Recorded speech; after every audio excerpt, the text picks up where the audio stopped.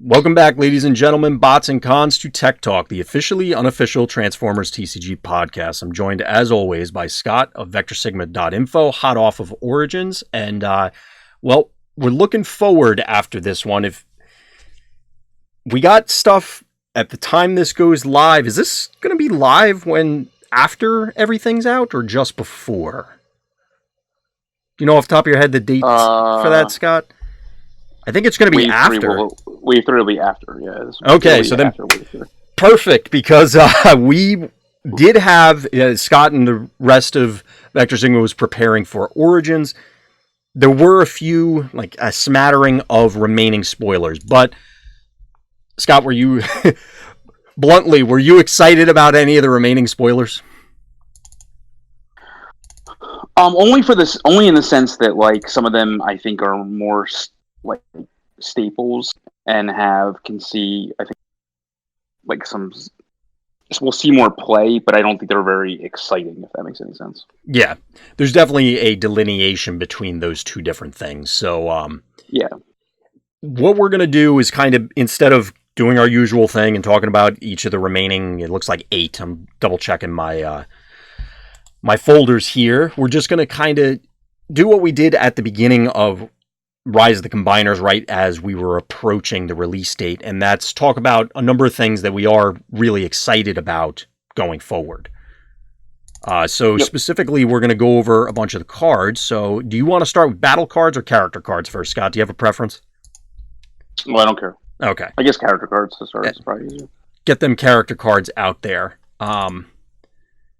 So we actually have a number of different ones in here. So the first one up, I don't know if I actually set this on the overlay for me. Yep, it's manual.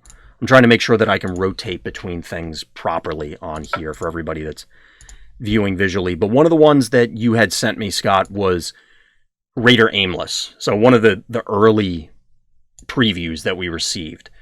I actually like this guy too, and spoiler alert, everybody, Scott and I overlapped on a lot of these. So I'll throw in mine towards the end. But, so tell us about Rader Aimless, Scott. Where do you see him showing up? Why is he exciting to you? I can't say for any of these cards where they're, quote, showing up. I haven't started building decks. Mm-hmm. But where he's interesting to me over others, I mean, I'm a blue player by nature, and I think what he brings to the table is, like, kind of reward. There's a lot of synergy with the card in having that much tough and then needing the same amount of blue that you flip to do extra damage. It's not simply that he does direct damage that I'm a fan of him. Is it though?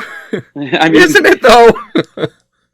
I just look at it, there's no other I don't even know if there can get you essentially 6 damage out of itself in one shot like he can when he turns into the weapon. So that's, like, unheard of. But I think it's not an easy card to use effectively. So I think he will cause you to build decks in a different way, which is what I enjoy. Yes. But he probably, I would say he and Lyin Eyes are probably the best Battle Masters in their, I don't know, is it even a bot mode? I don't even know. They're both Battle Master modes, but, like, we'll just call them their bot mode for now. That can actually impact the board in that mode as opposed to just when they're a weapon. As opposed to just taking a hit or, being the one shall fall. Yeah. Or I guess that's the way I'd say it. Or being pieced through tyranny away, yeah. I think they're the ones that have the most influence on the board while they're in that bot mode. And I can get behind that. Yeah. So I think, like, either one of his modes are powerful. I just think that the weapon it's unprecedented to see that much stats on a card. It does seem, and maybe as we actually play with this guy, it'll turn out, okay, maybe it's not as enamoring as initially thought, but I agree with you that I don't want to say undercosted, but it does do a lot. It fits into a slot, 7 stars specifically, that is kind of anemic. At least previously. I mean, yes, you did have your hot rods, you did have your barrages, depending on which end of the spectrum you want to go in, but this gives you an alternative option. Yeah. one of the things that's notable to me is how it changes your flip sequences potentially as you're building stuff. Now, that's obviously not just this guy, but the Battle Masters as a whole. I think they change your deck construction as well. Yes. Because you want... So, like, I tend to build decks, for example, that have, I mean, supporting characters and main characters, for example. And I think his star cost could allow, like, you to, like, he could be the only supporting character if you wanted to, or he could be one of a couple of supporting characters. I don't see him as a main character.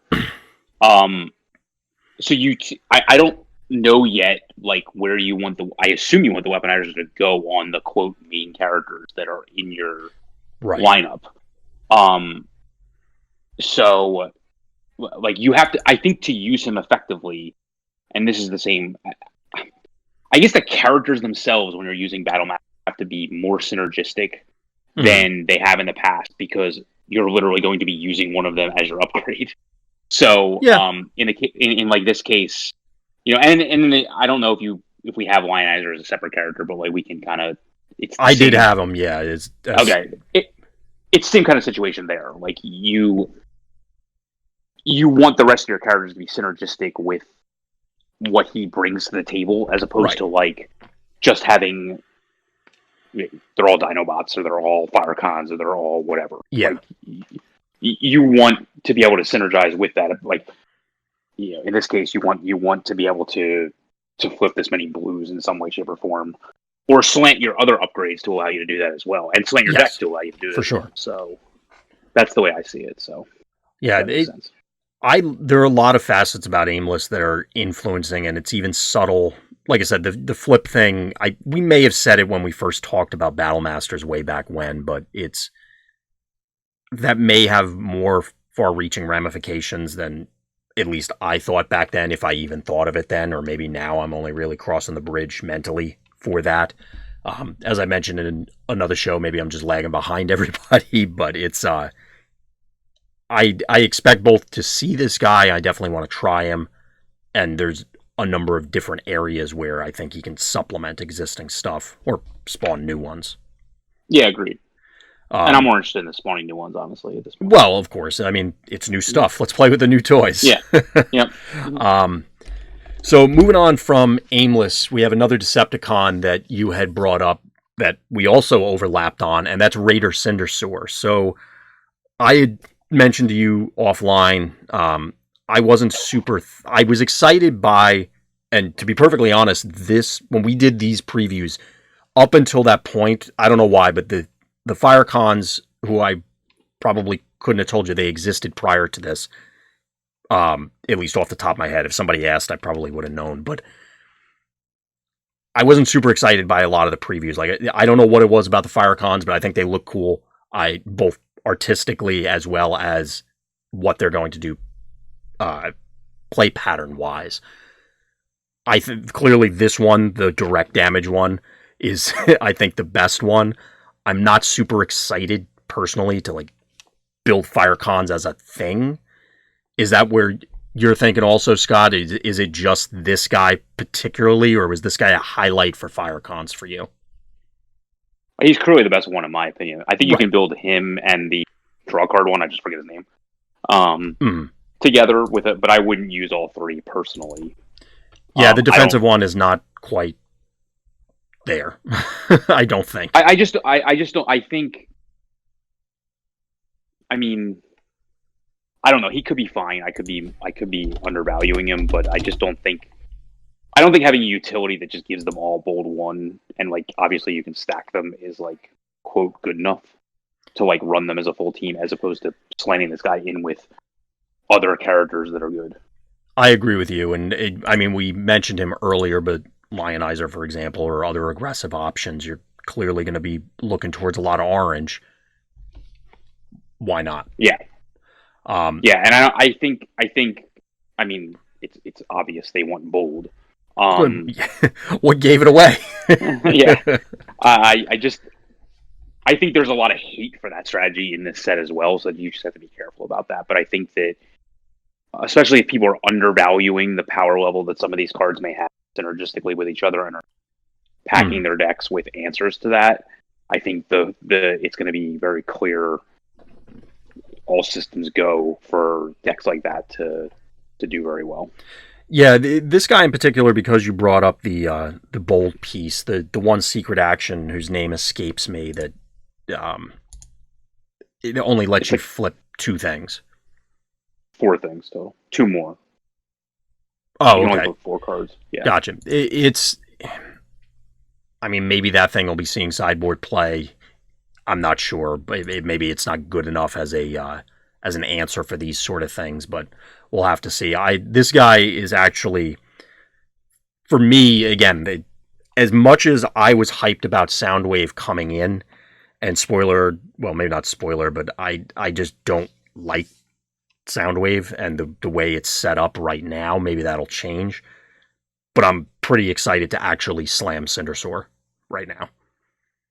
Yeah, and that secret action has the fire cons in a cage on its art, so I think it's probably trying to tell you something right there through the art. Real subtle hint there, Wizards. I wonder what. Yeah, I didn't even notice that. I'm gonna have to go back and look at that now. But anyway, I expect both to. I mean, I'm gonna be seeing this guy because I seriously do plan on playing him. But the ability seems wild. Do you see or foresee anything with his flip being exciting, Scott?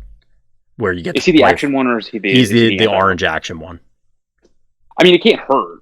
I mean, if the deck has a way of like you roll out, for example, he'll just immediately give you the action back.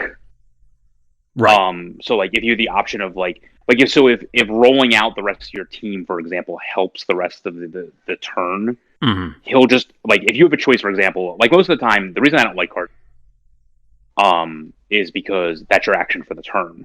But if all of a sudden, like, you get a benefit of rolling out all your characters, and he just gives you that action right back, and you can just play a supercharger or Electric Charge or something like that, like, that it didn't cost you that, and you just flip him right back, and he can attack again if he's the attacker, or it doesn't really matter, or in that situation, like, it's good. I just don't know that, like, having not sat down and made a deck with him yet, like, I just don't know that the deck will necessarily... Like, I think, for example, the Firecon deck should have rollout for playing all Firecon. I just don't know that other decks with him will need that. So, I guess the way I would see it is, it's kind of like a mini Brainstorm, which can, if it's built into a character, doesn't really necessarily cost you the actions out of your hand. Exactly what I was going to say, yeah. So it's fine. Like he's clearly going to help. If he doesn't help himself, he's clearly going to help another character get the gigantic proportion. I think it's going to clearly be fringe unless you're building into it. But we've all had games where it's like, well, I'm action glutted.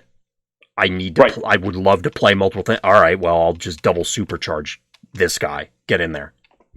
Or whatever. But it brings like so much more play to Treasure Hunt, for example, because it doesn't cost you just your entire phase. He can help get it back. So, especially if your other guys don't have to flip in the same turn. So, yeah, I think every mode, and that's what I look for in characters I play. Like every mode has play here. So that's what I like about it. Yeah, he's pretty high on my list, and definitely going to be one of the first things that I'm going to be trying out myself. So, moving from there, we have yet another Decepticon, and it's not intentional purple bias, I guess, but super rare Shockwave.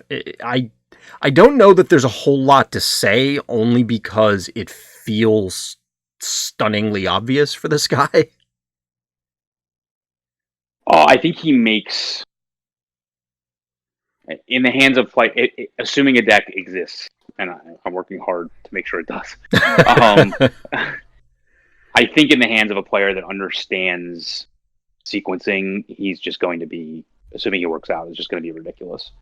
I mean, the ability, his bot mode ability, the ability to play things off the top of your deck is completely unprecedented, and makes any card sifting, card drawing, card exponentially better, because it's not just like, if you look at like in Inspiring Leadership, for example, you're playing a card like that to draw 3 cards, discard 2 to get to something specific. He technically allows you to quote, draw 4, discard 2.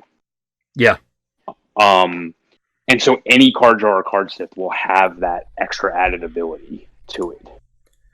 So I think with that in mind, it's just and honestly, his flip ability should not be underestimated. Like that to me is worth more than a flip. Like to me, a flip is not as powerful as a card play, but it is in certain situations, obviously. Of course. There's certain ones that stand out that are complete copies of battle cards that clearly are worth a battle card, but not every flip is worth a battle card. This to me is clearly worth a battle card. Right. And to me is like a safe thing to do on an off turn, because it just opens up so many options and specifically takes away options from your opponent. At Origins, I faced against a blue Insecticon deck that was based around Venom. Right. And having no cards in my hand, besides obviously Venom's ability to give all the other Insecticons Pierce, it really hurt my ability to play my game because I wasn't able to, for example, to get like certain green cards back in my hand. And so the fact that you have a consistent engine to keep your opponent out of cards is very powerful. And at the same time, drawing you cards is just powerful. Yeah. Especially when it's attached to a gigantic body that can win a game by himself and comes built in with weapons that do the same exact thing, and you can play 2 of them and get to win a weapon. So the list of bullet points for positives about him is pretty long. I can definitely say that. And this is going to take time. The obvious drawback being this guy costs like $500,000 and eats up a significant portion of your team, but with good reason. He probably costs $500,000 too, which might be a significant downside to everybody playing him. But could be a problem. that might be an issue. I get why he's a super rare. It is kind of unfortunate that there's this much relevant card text and stat blocks and stuff on a super rare. But it is what it is, unfortunately. Yeah. This guy's really exciting. So his bot mode ability to play off the top, and not to beat the dead horse, but I don't think only being Decepticon cards or secret actions is that much of a drawback, at least at this stage. Maybe, again, as we try it out, it'll turn out, no, this is going to be too much effort. But there's a decent number of cards that, okay, I want to play those anyway, kind of thing. So, okay, I'll play them for free. Well, not play them for free, but I'll go dig for them with his ability. I don't know. As I started out with, it feels like I'm just stating the obvious because somebody could just read the card text and go, "Oh yeah, that's pretty good." It's just that this ability is very powerful because of the number of actions that you're limited, action phases, to use my term, that you're limited to. It's just the fact that he gives you, like, to me, just giving you access to more cards every single turn is what some players like to do with their action phases anyway, which is not exactly what I like to do with most of my action phases. So if you get that built into a card that is going to have, like, that you don't, like you said, have to play that, like, that you don't have to play your game plan, like, you're going to be probably playing a lot of these cards anyway. Yeah. Is a positive, so. And plus, obviously, long term, we will get more secret actions. We will get more Decepticon cards, so. Right. Where he's going to grow in power level, I would expect, as time goes on. So, moving on from the purple side, we actually have a red contestant right now, and that's General Optimus Prime. So this guy's more, I think, in your wheelhouse, Scott. I do like this guy, but I think you were much more enthusiastic about it. Optimus Prime. What? Because he's Optimus Prime. So tell us about this guy. What's thrilling you about him? He's very glorious, and he just carries. He has an anthem built in when I think about him. All right. Which hasn't existed up to this point in the game. So, I mean, I think it hasn't. Even like whatever's playing in your head wasn't happening when you saw a Battlefield Legend. I think you missed the inside joke. Okay, yeah, I probably did because I'm. If You Dan, can if catch Dan's me in up the room, If Dan's offline. in the room, he'll get it. If Dan's in the room. Okay. So I think I played Flamewar more than any other character since in the last like 7 months probably. I guess other than Battlefield Legend probably. Well, yes. So I just think passive abilities to give to the rest of your characters when your character isn't acting are really powerful. Especially when you don't have to. I mean, this is even better because he doesn't have to flip, which gives you flip density for the rest of your team. Yeah, I don't think that can be understated. I mean, I think honestly, he gets 2 more attack and keeps the same defense and just goes from typical melee to range, right? Is that all that changes with him in bot mode? And he's 4-14-3 and then 6-14-2. And has the bold 1, tough 1, focus 1 in bot mode, and then bold 1, tough 1 in the other one. Yeah, so I mean, or the other guys get it. I'm sorry, in bot mode.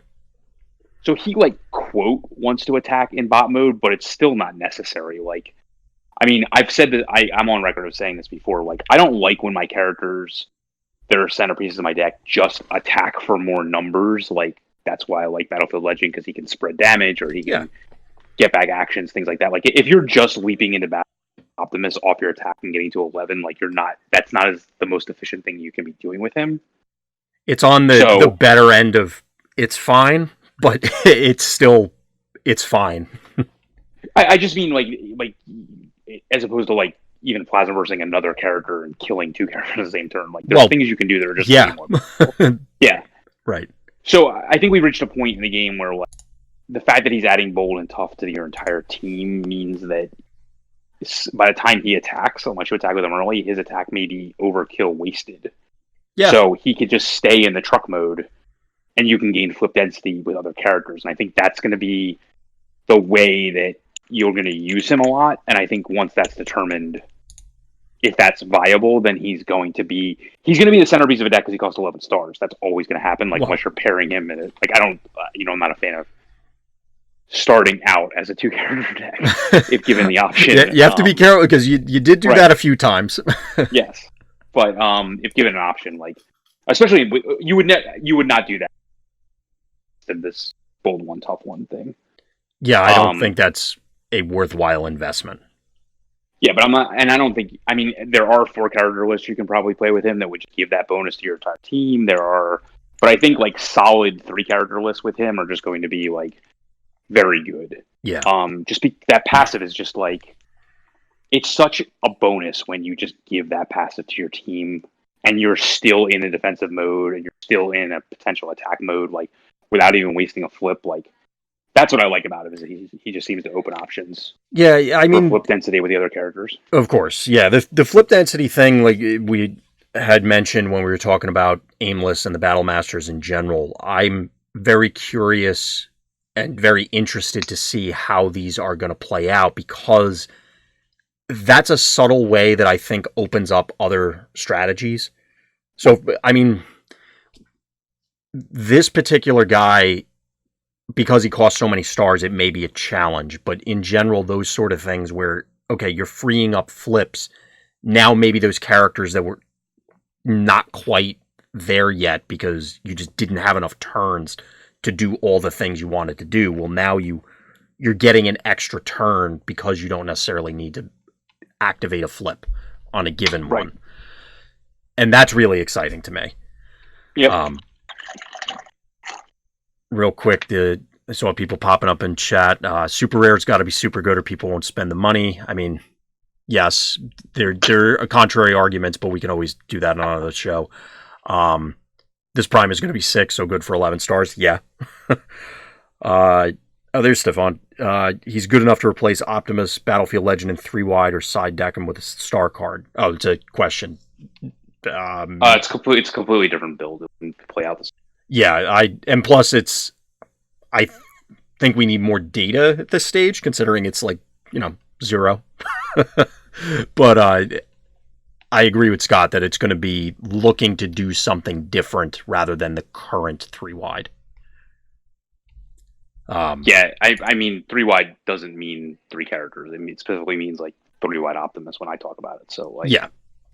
I'm sure the deck will be 3-wide because that's typically the decks I build. But like, Right. but the quantity of characters obviously is not really the point. It's as you've said many times before, the marriage of the battle deck and the characters is going to be, the real focus. Yep. Mm-hmm. Oh, Stefan's asking specifically about the existing Optimus 3-wide deck, and like Scott said, I think General Optimus wants to do different things than Battlefield Legend does.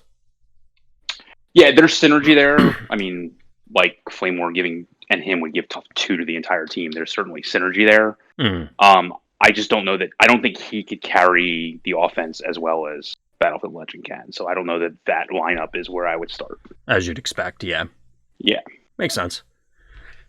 So we'll move on from the famous Autobot leader to a, I guess, slightly less famous Autobot leader.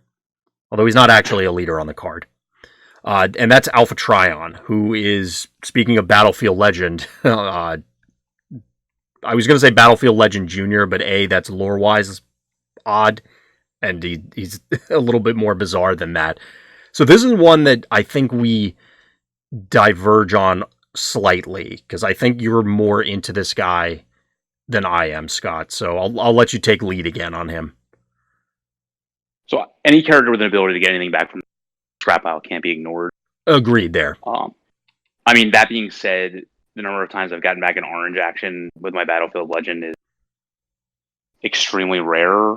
So, like, I don't know the build yet with him. Right.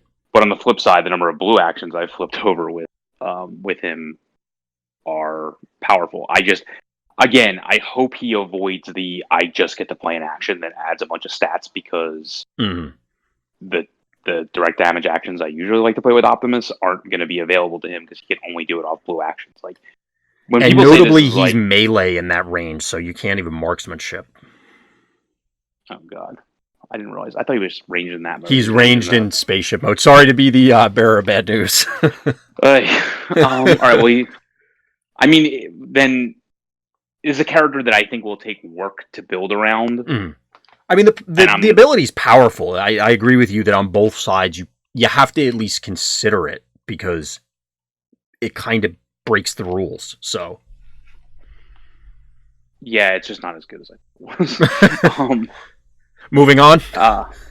No. Okay. I just think it takes more. I mean, because I'm always getting back like blanks with Optimus, so it just depends on like. Yeah. It's like how many. Clearly he wants to be in a blue deck. And the question is like, I don't think you want to split it too far down the middle. I wish there were more characters with focus. The focus ability. Yeah. Because I think he lends himself more to a dual pip deck, and so do they. Agreed. But I think it's going to come down to how many off, like if you're playing a blue deck, how many orange battle actions do you really need to be playing to make it worth it for him? To flip and get one back. The first one that comes to mind is Treasure Hunt, but I don't know if like you. Yeah, I agree. But is that, like you said, is that enough? I agree with you about more characters with focus. As odd as it's going to sound, I think this guy would get better long term if Metroplex didn't exist. The reason being is I don't anticipate we're going to see a whole lot of orange-blue pips going forward that don't have stars. That don't cost a star. Yeah. So yes, you can get some. We're going to see some stuff. It's just going to be more challenging because, okay, now you really got to do gymnastics to get him both things that are useful all the time for either ability and not just cripple yourself with, okay, well, I'm playing a 20-star deck with 4-star cards or something. Yeah, I agree. I think he's actually. I think he's probably really good with like 2-pronged attack, even though he can't even cause either of the things to happen. But I think getting that card back and being able to do it twice might be pretty powerful. Yeah, and just cripple somebody that way. Yeah. I could see that. That's not unreasonable. I don't know if you would get. I mean, we'd have to try it out, but I think it would be tough to actually, obviously, get 4 cards from it. Because you have to space it out, but it's worth a shot. But I guess you're not going to be building UFO decks with him? I don't think his ability is good enough to justify ever doing that ability. I was joking. that was so straight. I know I say some ridiculous things sometimes, but yeah. Like I said, I think he was higher on your list than mine, but the abilities are powerful, so I don't think you can just brush him aside. It's whether or not it's whether the 2-star discount can be worked around to still make him super viable. So. Yeah, off the top of my head, I mean, maybe it's 2-star cards. I don't know. I'm not sure exactly what. Oh, that's not going to be the case. Well, yeah, but like right this second, I couldn't tell you. I wanted those extra 2 stars in an Optimus list all the time, and now here it is. I don't have that knowledge on hand. The only way I see him playing star cards is if there's an EMP wave deck out there. Yeah, I can certainly get behind that thought. Yeah. Moving from there, we have Captain Ironhide, who I am personally more excited about. But I know he was really ringing bells for you, Scott. This is the one that, for everybody out there that's unsure, we're looking, and correct me if I'm wrong, Scott, you're talking about the bot mode. I mean, not that the alt mode ability is irrelevant, but... Yeah, it's the bot mode. When it attacks and has a weapon, you may swap that weapon with a blue weapon from your hand. The obvious thing being, I'll just, because he's ranged, armed hovercraft you into oblivion. But is it more direct damage? Are we that redundant, Scott? I'm not even sure what the other combos are. It's just that combo that I like a lot. So, as long as you can get more than one in your, as long as you either put a different weapon on him and draw into one, I just think you're going to gain a lot of incremental advantage through him. Yeah. And his stats are fine for his cost. I was about to say that. If 4-12-2, 5-12-2, it's respectable for 9. Like I don't feel bad about that. Yeah, it's the combo with the armed hovercraft that I really like, and getting damage during combat, and like just having this ability to keep literally swapping weapons. That I think is powerful. I don't think there's any other like immediate that come to mind like come into play ability combos, because I think all the other ones are either can't be played like Slingshot that won't do anything, or like are orange like Baton. Other than, so he has to have a blue weapon attached to him, right? Or you switch into when it attacks and has a weapon, but it has to swap for a blue weapon. So you could have. So you can you can put a different weapon on him and swap to a blue weapon. Then. So, yeah. So you'd say Ironhide Blaster. Right. So at that point you can get double use out of any come into play weapon, or when attached, whatever it's however it's written. Weapon. Right. Onto somebody else on the next turn. So I think he's a card that forces you to make decisions about how your future turns are going to play out, which I always like that. So yeah, I definitely like this guy. I'm very curious to see how reliable the armed hovercraft play is, because it's that little voice in the back of my head that keeps saying, like, is it too cute? You know, like it's just, it feels like it's doing enough, but is it as minimal as this effort is? Like one extra armed hovercraft, is that worth jumping through whatever hoops are necessary for him? But I think it may be fine anyway. I think getting double use out of any of your come into play weapons is where the true play is. Right, and that definitely makes sense. And that's another one that falls into the category of going forward as we receive more cards, we'll probably get more of those. So it's something that, agree. Even if it doesn't necessarily appear now, like we had mentioned earlier, don't forget the old cards whenever new stuff comes out. So no, that's fair. Yeah.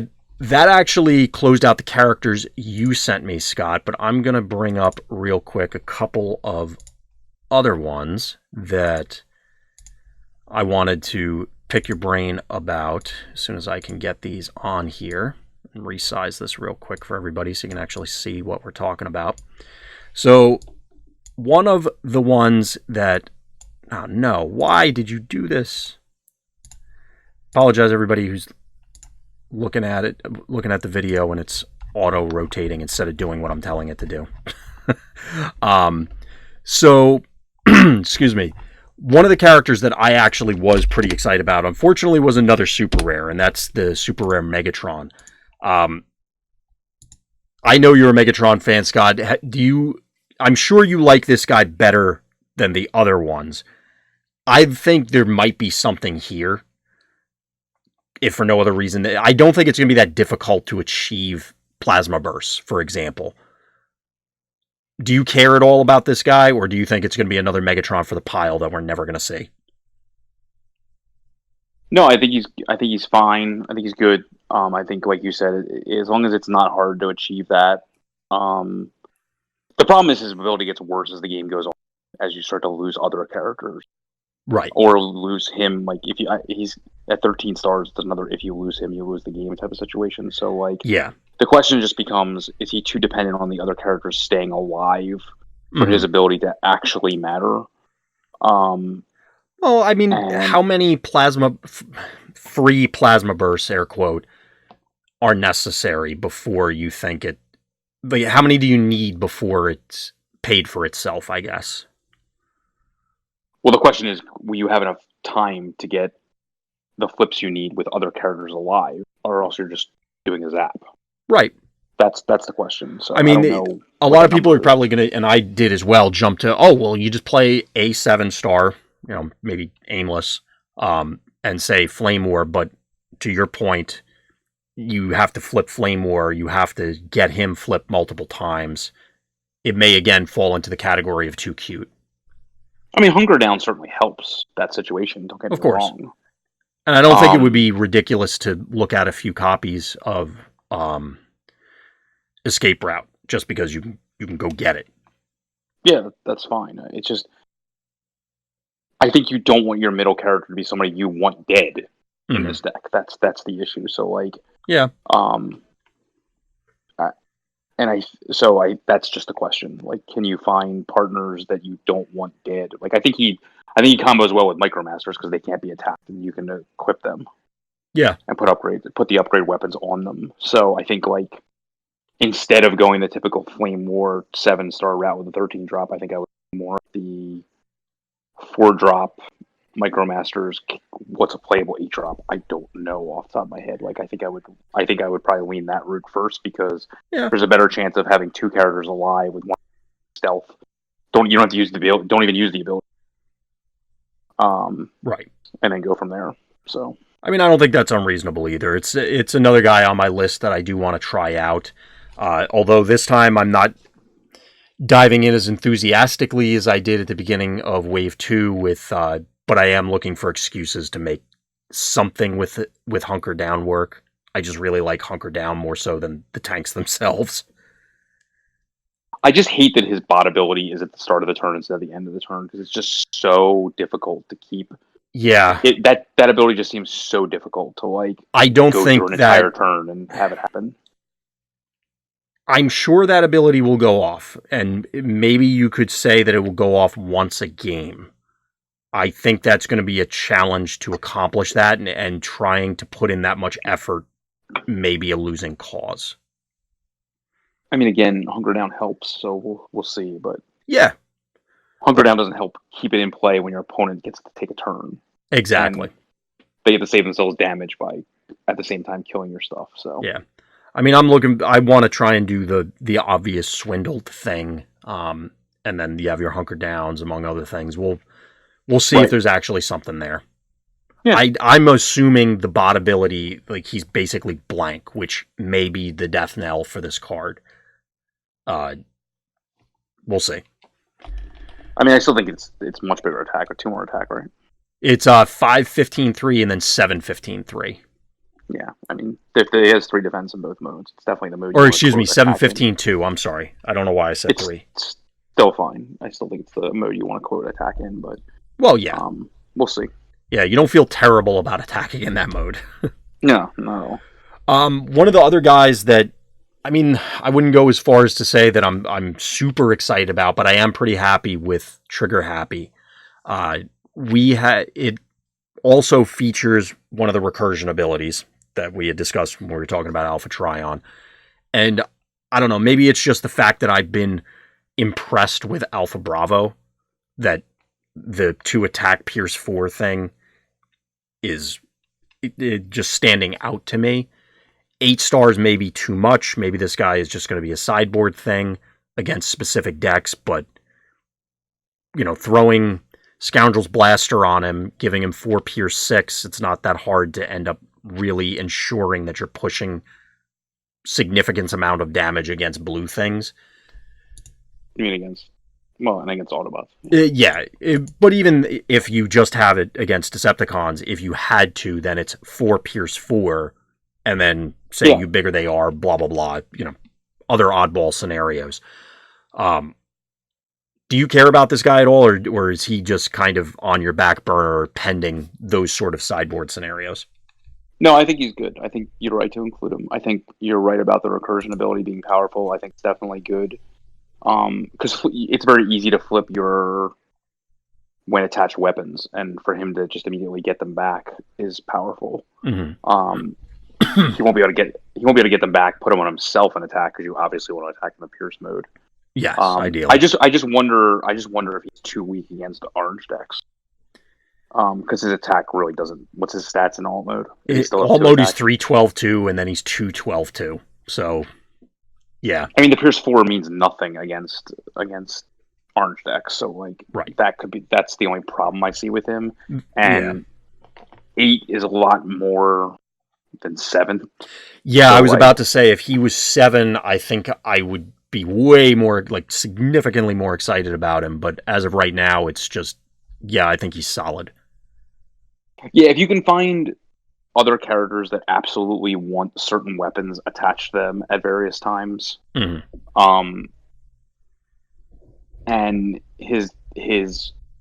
he won't be a downside against orange decks for having such low stats for his cost, right? Because the Pierce has value; it just doesn't have value against orange decks. Yeah. Then I think he's going to be good. I have to see what partners he would be where that doesn't have that negative connotation. Yeah, there's a lot of caveats there. I am excited for him. He's probably going to be one of those where I'm thumbs up on him, and then I'm going to end up he's okay. But I am looking forward to trying him out. The last one that I had was excuse me, Lyin Eyes, who we alluded to earlier. And I think you're in agreement, Scott, that, well, you even said it, that it's, if you have, I almost said trigger happy, if you have Aimless as the good battle master that's blue, here's your good orange battle master, correct? I mean, this guy's a grenade launcher every turn. Yeah. In the right deck. I mean, again, those decks with sideboards will now have downsides. And it's time will tell how much of a downside some of those is. I mean, the cards that have those abilities are not like green, so it's like you can't guarantee getting them all the time or anything like that. Yeah. But in the right deck, this should be a grenade launcher, right? I mean, yeah. I mean, even if you build decks like I do, it should still be a grenade launcher. For 7, as opposed to like Cog, who costs 10. So, yeah.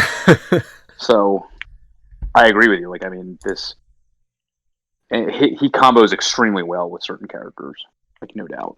Oh, absolutely. So, I'm definitely looking forward to this guy. I know I've said that a lot, but this is. Oh, God, sorry. I mean, Power Sword has a significant disadvantage. Flamethrower has a significant disadvantage. It's not even a 3-attack weapon most of the time. The black flamethrower is blank, so it's bad. Yeah. So, like, weapons that give bold are usually capped at bold 2 or have a downside being blue in the Power Sword sense. So like, now all of a sudden you're getting, like, a quote on color bold 4 with plan 1. I mean, like, yeah, I agree that this is powerful. Yeah. I foresee a lot of Peace Through Tyranny this guy into something mean. Yeah, agreed. Mm-hmm. So that actually is the list of characters, at least right now. There are other ones that Scott and I have talked about offline. and a long list of them, virtually all of them, that I'm curious about. But those are the ones that I personally wanted to start out with. Any other ones that we missed, Scott, that you wanted to call attention to before we move into the battle cards? I mean, we could talk about other one, but the fact is, like, I think this starts, at least the list that you and I have put together of decks to start working on. I think we've covered characters that we've put on those lists. Absolutely, yeah. I mean, we're going to be experimenting with a majority of the cast, but you got to start somewhere. You can't literally, or I tend to do that. I start out with 1,000 ideas and then never finish any of them properly. So I don't recommend doing that. Yeah, I don't recommend doing it either. Did the stream go down? Oh, there we go. The stream preview went black, so I wanted to make sure we were still recording. So moving into the battle cards, this was actually one of the reveals while everyone was out at Origins or during that week, and that's Hiding Spot. So Scott, this is the one that when it's revealed gives one of your characters stealth, and I know there was a long Twitter thread when this card was first revealed as to exactly what the function and intent are, but because somebody doesn't understand how the game works. Well, I wasn't going to go. Anyway, so I think this thing is actually, because it surprises your opponent, air quotes, and allows you to disrupt combat in a way that I don't think there was really anything that you could do prior to this. Like, it should influence a lot of things, I would expect, and that's why I'm assuming you have it on here, Scott. Is there anything specifically that calls to mind that, or is in your mind that you have this earmarked for? Yeah, I mean, what's powerful about it is that it allows you in different orders than you usually would. The downside of the card, obviously, is that it doesn't have use at all times. So you need to have at least 2 characters tapped, or else it does nothing. Right. Or else because they can only attack one character. Right. But that being said, assuming you can, so this is not a 3 of, because you can't just use it anytime you want. But assuming you use it, so I guess it doesn't really change combat order that much. Although, like, I guess in a 3-character deck, you could choose who you want to attack second in a different order. But it forces a redirect to, like, I don't know, say you had like a 4 defense character or something like that because you had armor on them or something like that, or you're a cassette. I don't know. Yeah. You force the attack there. If you want to force overkills, you force the attack there. If you want to keep your guy alive, you force the attack the other place. Like, there's just so much play with this card that, like, I think it's not being discussed enough, personally. You don't think that because one of the things you brought up, you don't think that this would be a 3 of with the intent of, to your last suggestion, protecting a specific character? So I get that, yes, it's situational, but the requirement of have at least one other guy tapped is not like Olympic level bar to pass. So wouldn't you want to divert those? So instead of your Optimus, they're punching your Battle Master kind of thing.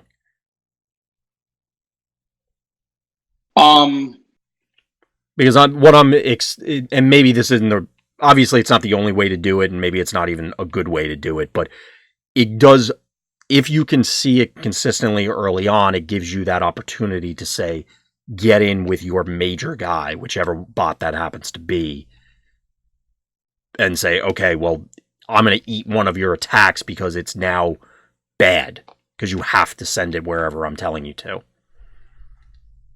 I guess it comes down to whether or not costing your action card action phase yeah. to do that is too detrimental. I got you. But I don't think it will be. But so I can see what you're saying. Yeah. I just don't. There are I will say there are certainly situations within a combat round where you're always going to want one of these. Yeah. So if that means means that's what makes it a 3-of, then I can certainly get behind that. Because we had talked about, bar is for. Good. That's what our bar is for playing 3 of a card, then I can certainly get behind that. Yeah. Does it bother you at all that it's effectively a blank pip? I mean, I'm sure it bothers you, but is that a humongous deterrent for you? It's a humongous deterrent because it affects how I build the rest of the deck. But I think the ability is good enough. I mean, I'm surprised this is black and not blank with you because I don't think you should get anything else for this card. It'd be way too powerful if it was. Oh, that like an actual combat pip. Yeah. Yeah, that would be a little ridiculous. I could see. So, assuming that the protect your 13-star guy plan is a thing, maybe the black pip actually will matter for combat because then presumably you're going to have a flame war hanging on and it'll matter, and blue mirrors. But yeah, I think the appropriate way to do this is count it as a blank pip pretty much always. Yeah, so as long as that's not a super issue with the rest of your deck, I think it's good. But it is something to consider because as we saw in Wave 2 that there are excuse me, there are a lot of, or rather it's very easy to end up with a whole bunch of off-color pips, whether that's blanks or oranges or whatever. Yeah. So moving from there, after hiding spot, Battlefield Report, which is the secret action blue incoming transmission. I mean, this is one, it's fitting Shockwave's on there because it's also it almost feels stating the obvious as to why we're going to probably see this. It's one of the, what else is there? Aerial recon to manipulate combat on their turn? Security console. Yes, the obvious one. But the point being, options are very few and limited. So this gives you an easy way to do it. Is that other than the obvious, anything else you want to call out for this one, Scott? No, I mean it has a blue pip. This should be a 3-of in a replay deck. I would agree. It's this is the most stapley card in the set, in my opinion. Mm-hmm. Again, as long as using your action card phase, quote, on your opponent's turn is not a deterrent for you actually being able to have an effective attack on your turn, I see no reason this wouldn't be a 3-of in every blue deck. Yeah, it just seems it seems so obvious almost to the point for me to come around to, okay, or is it so obvious that it's not actually good? I don't, my brain does weird stuff on that end sometimes where it's, am I missing something that's staring me in the face because this seems so solid? Yeah. Moving from there, since there's not a whole lot to say about that one, two-pronged attack, which is one that you were really hyping up when the card was first released, and it's the discard 2 half of it that you were excited about. Is that still the case, Scott? Yeah, again, I think this card's really powerful, especially in this world we live in where you can get away with running certain types of removal through your green cards, and if you take that away from your opponent, it has a huge amount of value.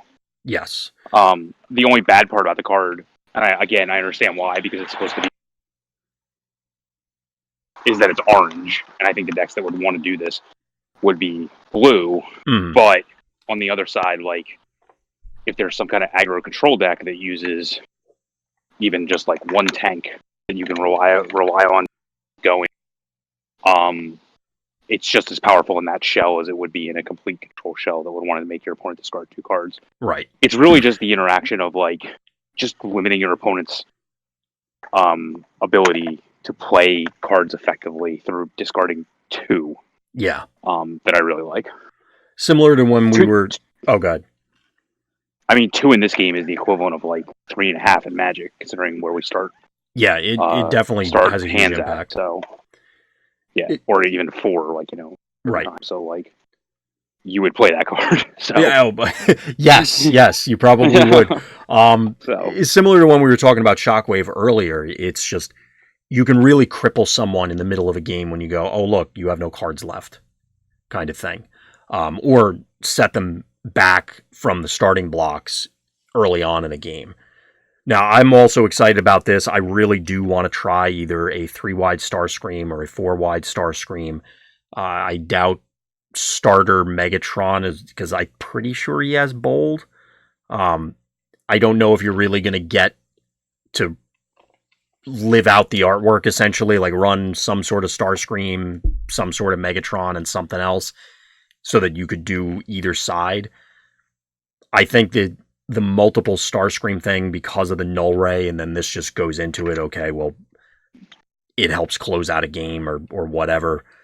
It's also orange. But I agree with you. I think the tank side is really where we're going to see this, and I expect it to influence a lot of things going forward.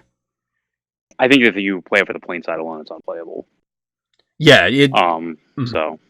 Well, it's not... I think if a plane thing existed, that this would be reasonable to include, but that's, as of right now, assuming a lot, I think. It's just that it's untargeted, that's what I don't want. Well, of course, I mean... So you're saying you don't like the bad part of the card?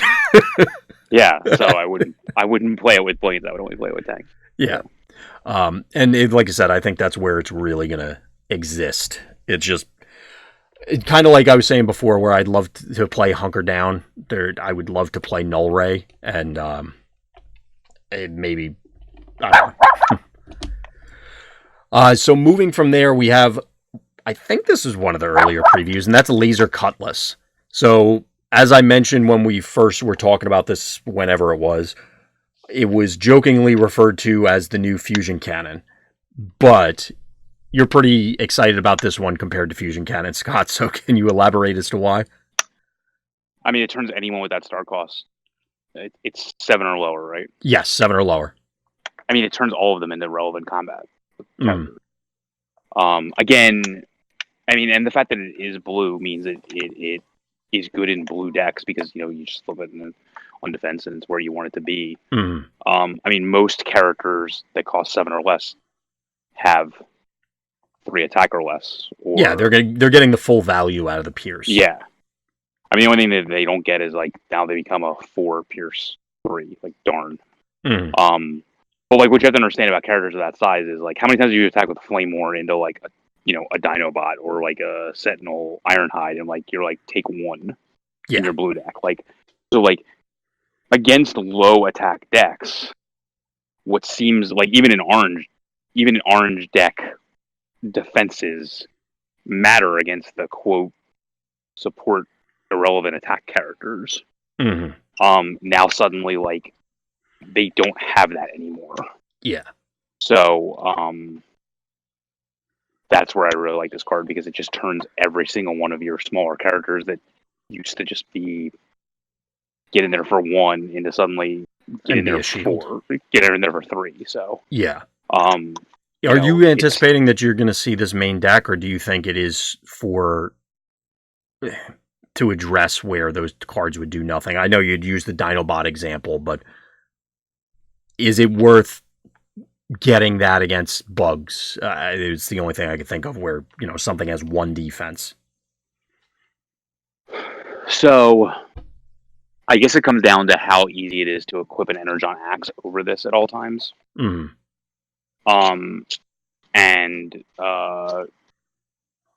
So, if that's the case, like, gaining 3 attack Pierce 2 is probably better than gaining 1 attack Pierce 3 if you can reliably get that going on. But otherwise, I would say, yeah, it should be a staple. Sounds good to me. And I've definitely had those scenarios where it's the slog fest of my Flame War punches your Flame War, my Flame War punches your whatever, and just do nothing. Now, moving from there, this is one that I'm really excited about. I'll see it. What was that? No, I'm talking to somebody else. Oh, all right. And the next one up is Calais Leadership, which is, I guess, I would have felt better about Press the Advantage if this was the Decepticon card opposite it. But we got it a set late. And Calais Leadership, I feel, is going to make a pretty big splash in a number of different things. But Is this really high up there for you, Scott, or are you just, okay, this is a solid card? It's really high up there in certain builds. If I can get the leader ability, like this is really high up there if I can play like this type of leader with a Battle Master.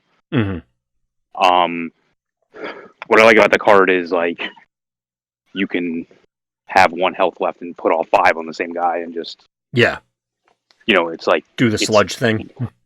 It's like a piece for tyranny almost. Like you're just overkilling somebody to gain an advantage. Right.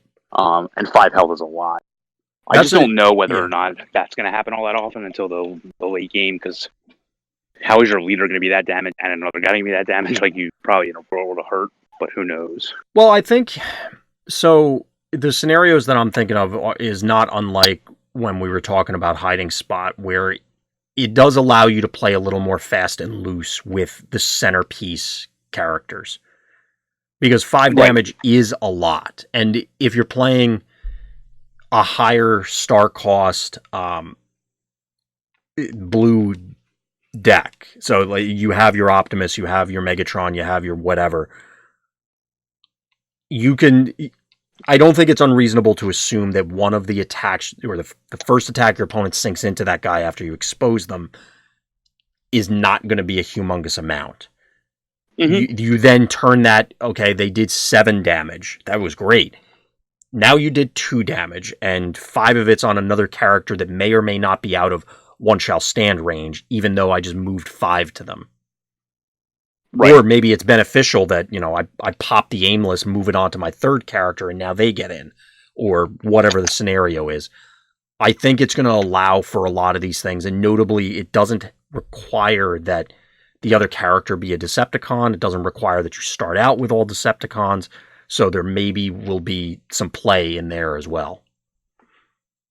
Yeah, it's the interaction with Battle Masters that makes it really powerful. I just don't know what the leader that wants to play with Battle Masters necessarily is yet. So. Right, and I can agree with that. It's, I don't know. I really like this card, maybe because I've mentioned it before. I would like to see some form of healing or repairing be a thing, and this is probably the closest we're going to get that's good. Yeah, also note this is extremely good given the time restraints and single elimination of rounds of turn. Yes, that's actually a good thing to call out. Yes. Any other thoughts on Calais Leadership? No, I just have to find the deck where it's really good in, as opposed to, like, I can see it as a one-of in a bunch of decks, just doing the things we said, like allowing the overkill and things like that. And, like, being like an anti-Grimlock card even has, like, play in and of itself. Right. So I think there's a lot of use of this card. I wish it was green, obviously, but I still think it's definitely good enough. Yeah, I think green might have been a little much for it, but yeah.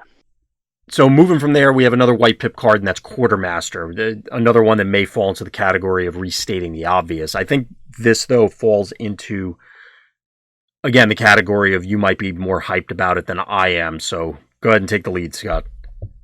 I just think any deck that plays with Battle Masters as a centerpiece should probably be using other more than one other character that can benefit off of them. And so if you can literally gain the benefit more than one in a combat, should. Right.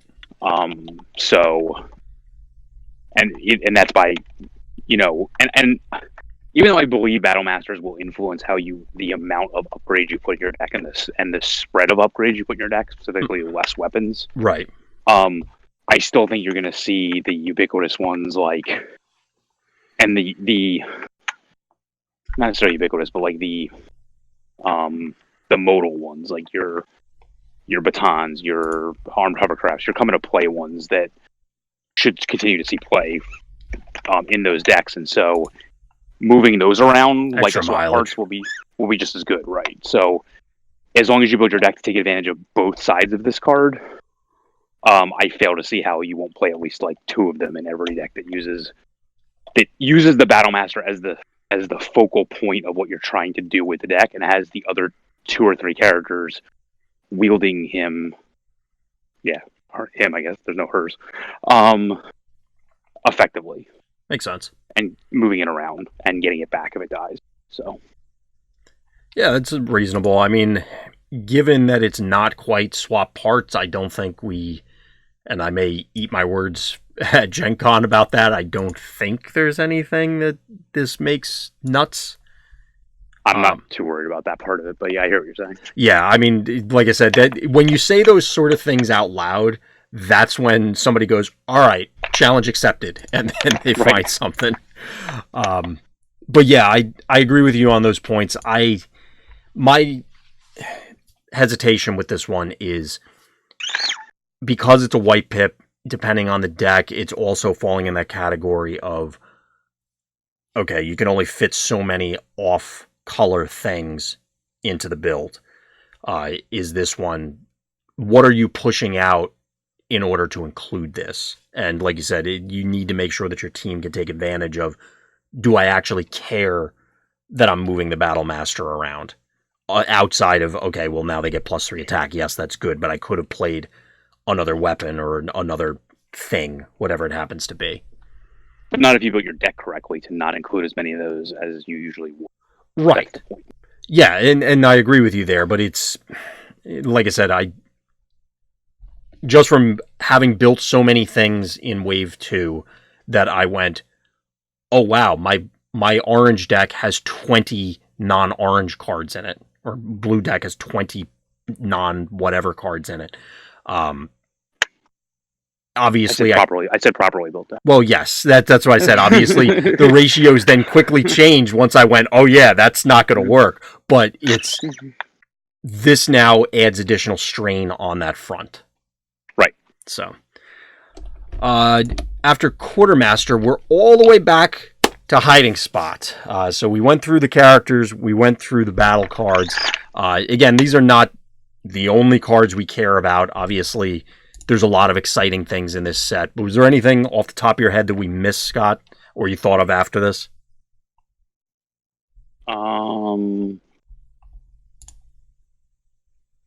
Heat of Battle is really interesting to me. We'll see whether or not it could see main deck play, or just comes out of the sideboards of aggro and aggro matches. Obviously, it sees play in Metroplex. Right. Heat of Battle, I kind of want to... I think I said it when we talked about it, but I want to... I really want to try it in Constructicons or see if there's anything there, but like any other help for them, just for the sake of playing Devastator. But I anticipate that's going to be, I'll try it once, and then that deck's never coming out again.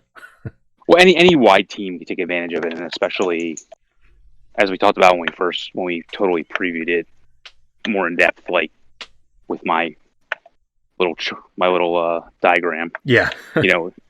It's always going to fit into 3 of the quadrants. Right. So where it's to your advantage to play it. So, which means it will probably have small use main deck and strong use in sideboard. Oh, for sure. And I think you made that exact point when we first talked about it. I just think you can build your deck to play it in your main deck and take advantage over other decks with it. Yeah. It's really good with a lot of the characters we talked about. For sure. For me, you had brought it up on, I forgot which card we were talking about, but I think it was with Alpha Trion maybe. But EMP Wave is something that I keeps poking up or popping up in the back of my head as something that I would like to try because it's symmetrical. I always like looking at those sort of things, trying to see if there's a way to utilize it. It's another double blue pip. I don't know. The more I think about it, though, what does it really do?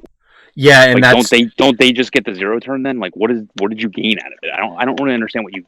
It's like all out attack. Like, what did you really gain? Right. That's the thing. I've just been thinking about it.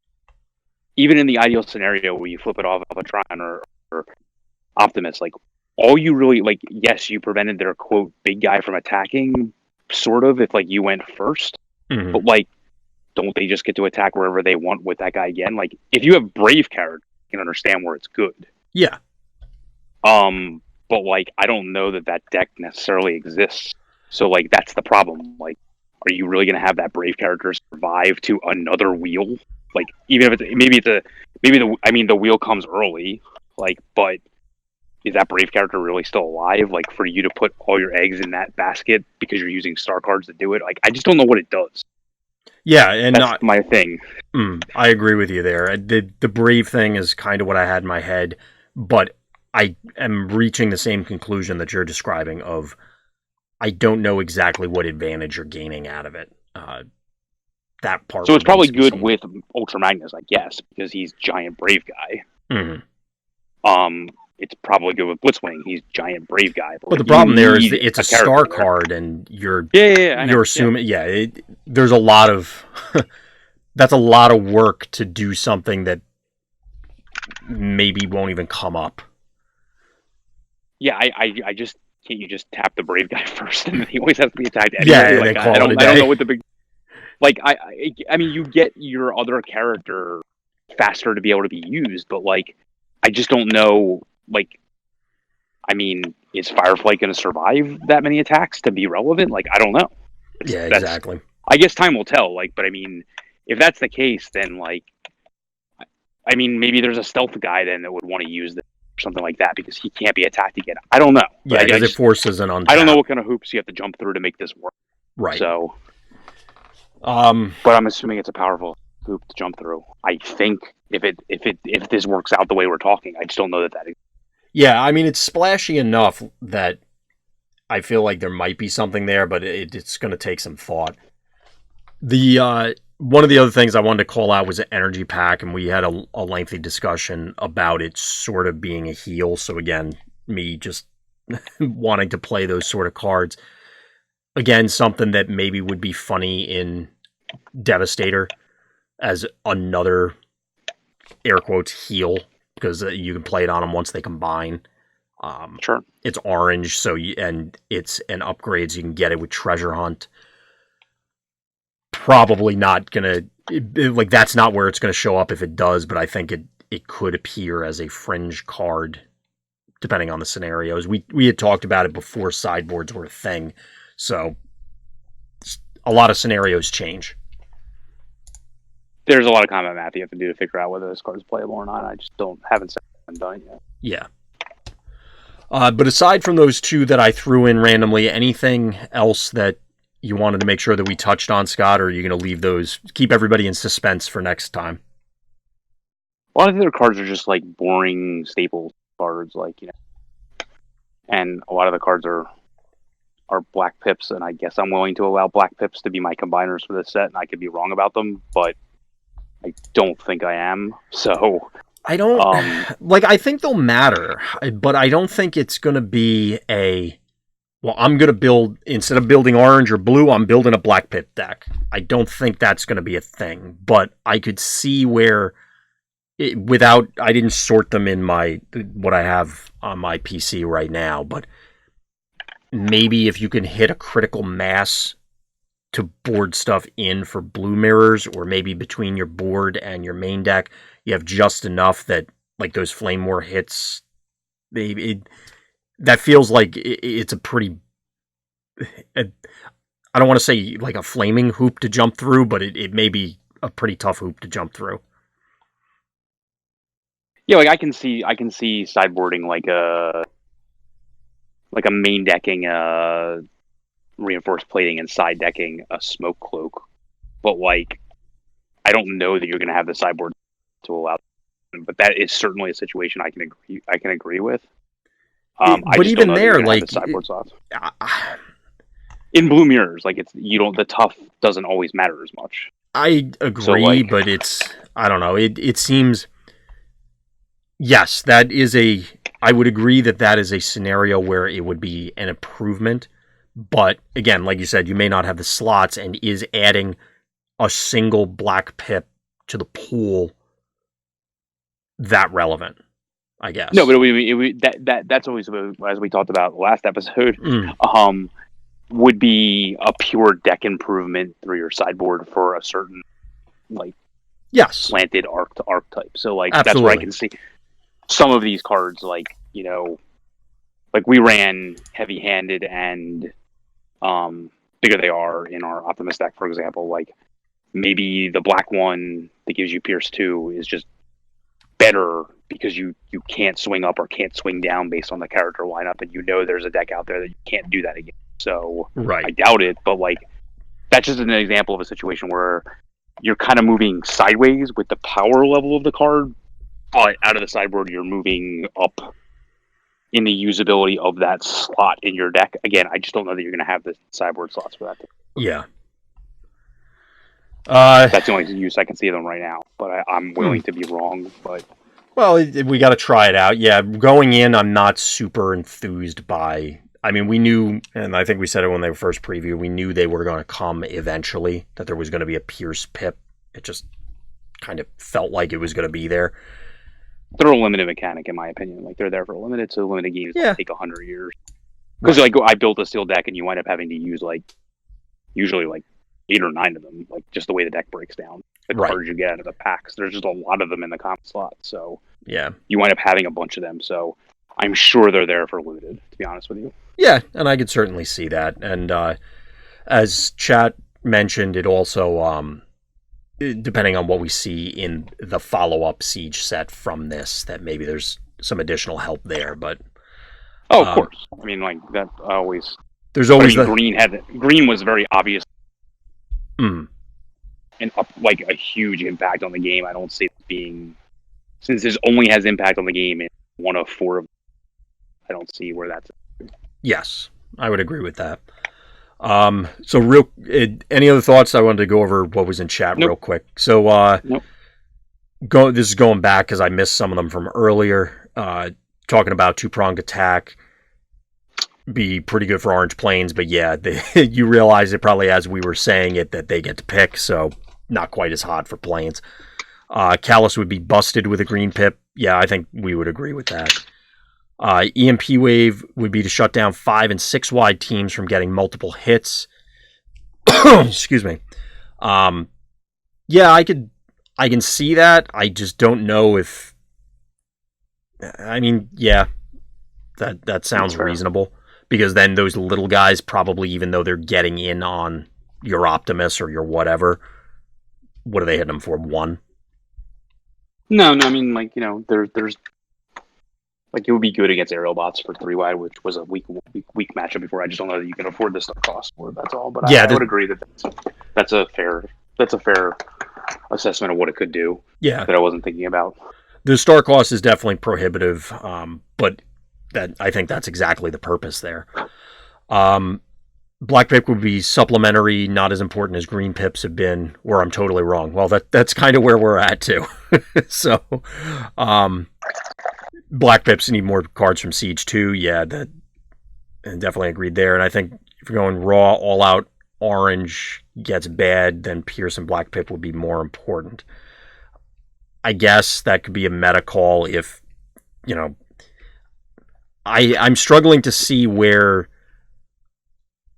and Scott said it multiple times before, so I don't want to steal your thunder, but in general, to me, having +1 attack is better than having Pierce 1 outside of specific scenarios. So it's going to have to be a weird thing, I think, where Black Pips are suddenly where you got to be. I just don't think flipping 1 during combat is going to matter. Yeah, it's really like the Flame War or, aerial bot mirrors or things like that. Like, do other characters, like, I can't even think of another character that has air raid that gives a crap about, like... That gives a crap what? Like, that cares about, like, I have to deal damage to have some ability. Oh, no, it's really just, again, for those mirrors where it's, I'm probably doing 0 otherwise, kind of thing. Mm-hmm. I just don't... Yeah. I'm having difficulty envisioning it otherwise. I mean, just play a Matrix if you care that much. That's like... if you care that much, play a Matrix, which barely sees any play anymore. Right. And certainly play the bigger they are and heavy-handed. They're clearly better than putting a Black Pip in your deck. Like, yeah, you're very... Maybe they're too good. I don't... They'll rotate out or something. I don't know. I just... I'm really disappointed with the multi-pip black cards because I feel like they are just completely overcosted for what you get out of them. They feel... But I can see certain fringe scenarios, like I said, but like As I said when they were first previewed, the card itself has to be good for me to justify playing the Black Pip because it's blank to me. Absolutely, yeah. It's in the opposite vein of some of the other cards that we talked about, where I said it felt so obviously good that I feel as though I'm missing something, and therefore, whatever I'm missing is going to make it bad. These kind of feel the other way, where I feel like it seems so obviously subpar that I feel like I'm missing something, and therefore there's going to be this other scenario. Or maybe it's future-proofing that Wizards was thinking, oh, well, we're going to have all these rounds going to time like we talked about last show, and we're going to have Pierce run amok so that we can make sure that things are closing up shop appropriately. I don't know. Yeah, I just don't... You just hit a point on a curve where, like, even if you were guaranteed to flip X number of, like, let's just say you put 40 black cards in your deck just for the heck of it, like, which would be terrible. But like, so like, what character are you going to use? Like, some character that all your characters to attack or something like that. So you're all just doing equal to your attack. Like what does that do for you? Like, it doesn't do anything. Like it's extremely weak. Like I don't understand. Like. It does something if they're all blue, Scott. If they have 1 million defense and they have all blue, you can get through. There you go. Sure. I guess. I can't disagree with you. It just doesn't click with me right now, and that's why, like I said, it's one of those things that it feels so axiomatic that I must be wrong.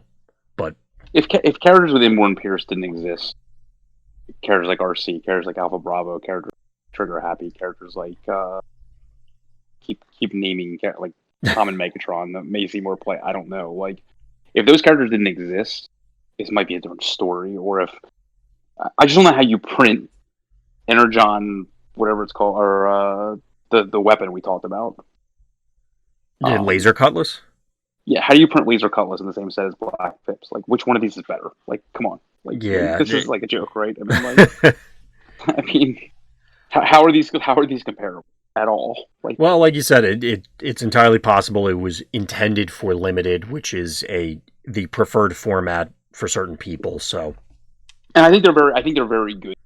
I think like if there was, and I do believe this will happen at the end of the year, that draft becomes a more serious format. I believe that you have to take seriously consideration into like how powerful it is to have a certain number of blacks in your deck to get those abilities to always do damage, because it can be sometimes tough to do damage in limited given like high toughness, high defense characters. So like, yep, I think that's why it's there, and that's perfectly fine. I just think, like, as it stands going into this metagame constructed wise, I just don't see a lot of use for it as an ability. I see it more if the card is good, and I think talked about a couple of them maybe, like, then the ability will be fine. But if the card isn't good, I wouldn't go out of my way to play the pips where, that's not all, like, clearly Handheld Blaster isn't winning any best card in the in your deck awards, but I'm definitely playing it for the pips.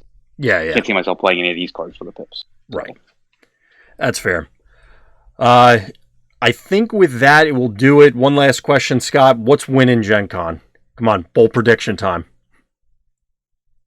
I have no idea. I haven't even started Scott, making the cards yet. You are Captain No Fun. You're not even going to make it. Yeah, I know. It's way too early, but I wanted to see if I could get you to say something ridiculous, but I guess not. So, all right, everybody. What was that? We lost him. Oh, no. But we're closing up anyway. Okay. It cut out for a second. Discord was doing its thing. All right, everybody.